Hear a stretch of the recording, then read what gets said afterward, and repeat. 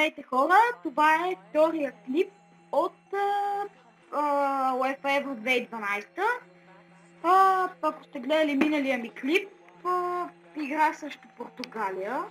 Разбира се, бих, нали? Но ви гледайте, защото имаше много хубави голове. Както и да е, нека да започнем. Това е втория матч. Аз съм в група Б, за тези, които не са гледали първия клип. И ще играем с... С кой ще играем? Не знам. Всъщност сега... Така. Ясно. И ще играем с Нидерланд в 8:45 вечерта, което е малко гадничко. Ще направя така. Ще сме с Chrome екипа си. И ще започнем матча.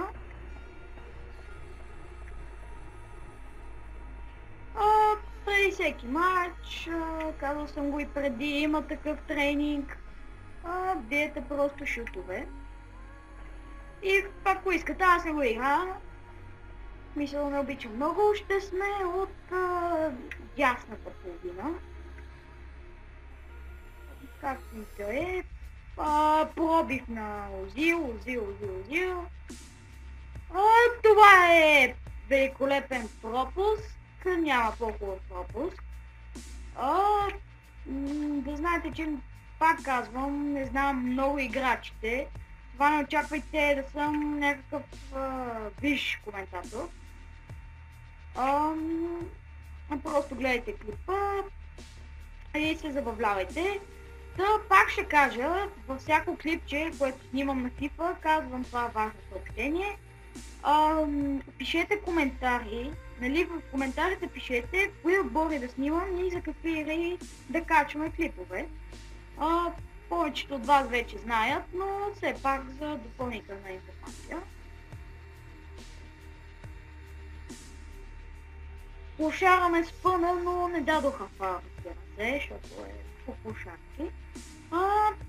Тук пасове с главички, с петички, с всичко.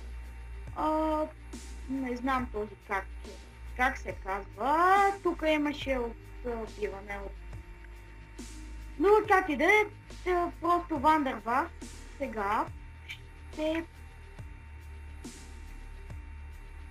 Не, всъщност Вандервар беше от другия отбор. Това някой друг би корнера, но нищо не стана, както си очаквах.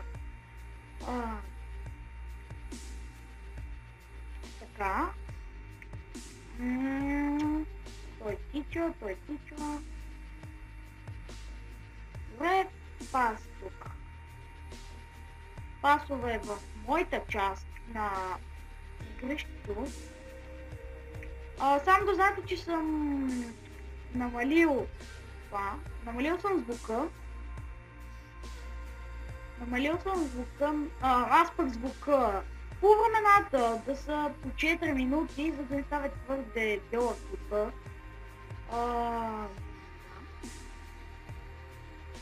Тук имаше, мисля, че фаул, но никой не го отсъди. Както казвам, каже баби thank you. Но не, това ако е гол ще е позор за мен, но не е гол. Това е хубаво. Това е следващо подаване. Не се получи този пас. Веднъж нещата започнаха да се развиват по-добре за тях. За другия отбор, за Нидерланд.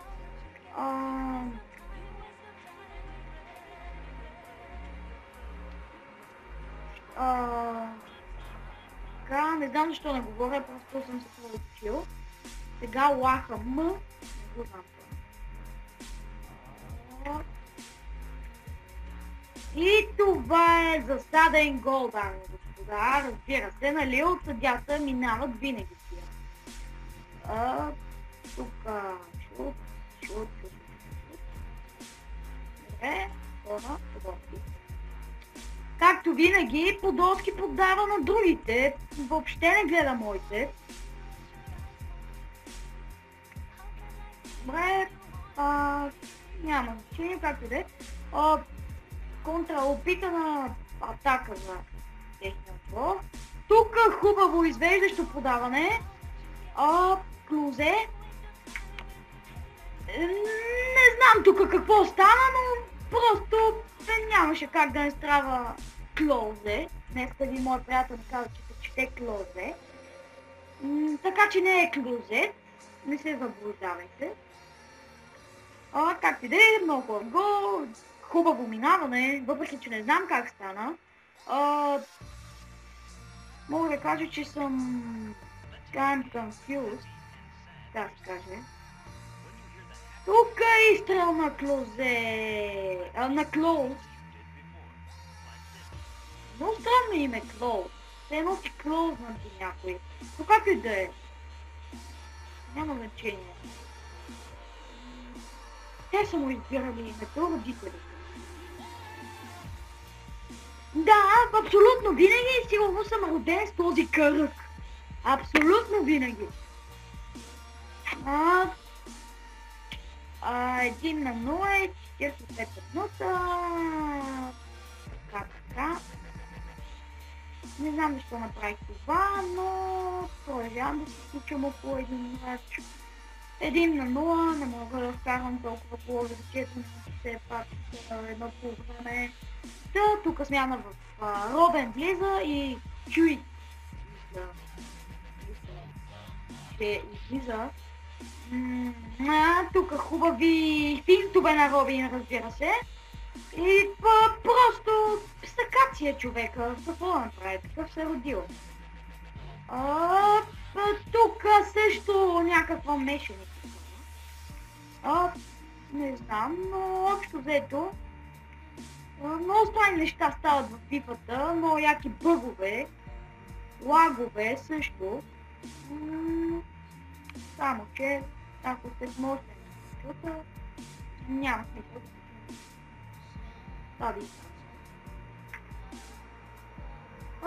тук опитах да се старя, но не се случи.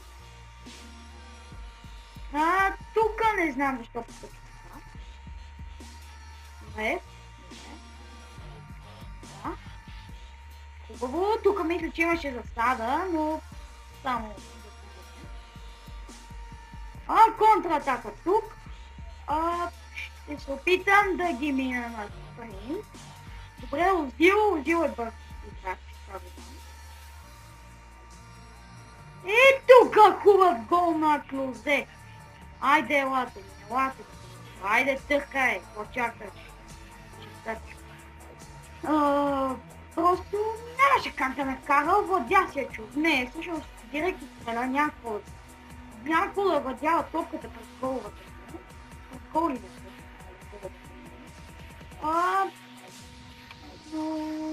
Едно.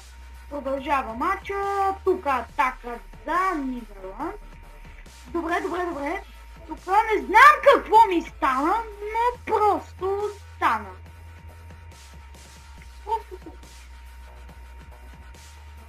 Добре. Тук какво ще стане? Нищо.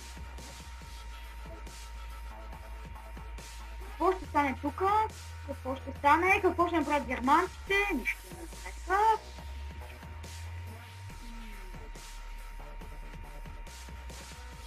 Добре. Всъщност не е добре, защото Германия сам аз, както виждате, падам. Не падам. Добре, Клозе с топката, Клозе. Добре, не знам какво стана на този чугун. Пред вратаря не може, дава му команда за фин и той какво насира се в гаща. Тук хубав шут, но какво спасяване на синия. Добре, как? Почваме. Как бе? Стига! Лъжци сте ви, лъжци. Но, това сега. Тук е изчистена топа. Добре, поне ще се опитам 3 метра. Добре. клузе. И това е влизане в вратата, дами и господа. Леко, че си впая жена тук. Вземи топката и тичай. Тичай, моите момче. Реших да карам така, защото ако пих, нямаше смисъл. И това е, както казах, мрежата на пая, като се очаква на мрежата на гола. Не знам какво казвам, няма изречение. Важно е, че водя. Тук не знам какви са тези пасове, но... Так се изречи. Любимата ми фраза, как се изречи? Добре, а какво е това? Какво е това? Кажете ми. Чугуни.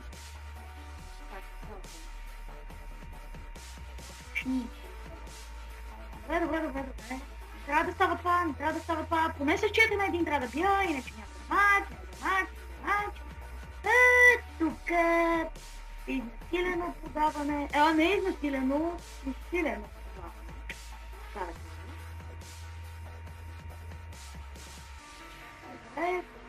Да вземат топката. Нямаше никакъв шанс да вземат топката. Тези вече ме дразнят с тези пинчи, които ставят. И това ме дразни. Съм в вихъра на атаката и най-накрая какво да те удари един лед по главата. И най-накрая авантаж. Добре, Узил, как се казва? Узил. Добре, защо си толкова сакат? Най-сакатият човек на света. Томачо взе, че свърши изведнъж. Колко шут съм таргет? 6. Вънка, нали? Не, 6 в шута за нас и 3 за тях. За мен 4 са вътре в мрежата, а 2 от тях са вътре в мрежата. Не, точно във вратата. Владеното на топката ние водим с 4%, а пък фаловете, разбира се, 0 на 0. Това е от мене. Това клипче приключи. И очаквайте трети епизод, може би ще съм също не знам си кой. Но очаквайте, моля ви се да лайквайте, поне да лочнете малко, да гледате, да сабскрайбвайте и да лайквате най-важното. Това е от мен, довиждане, до нови срещи и очаквайте много нови клипове от Gameplay BG.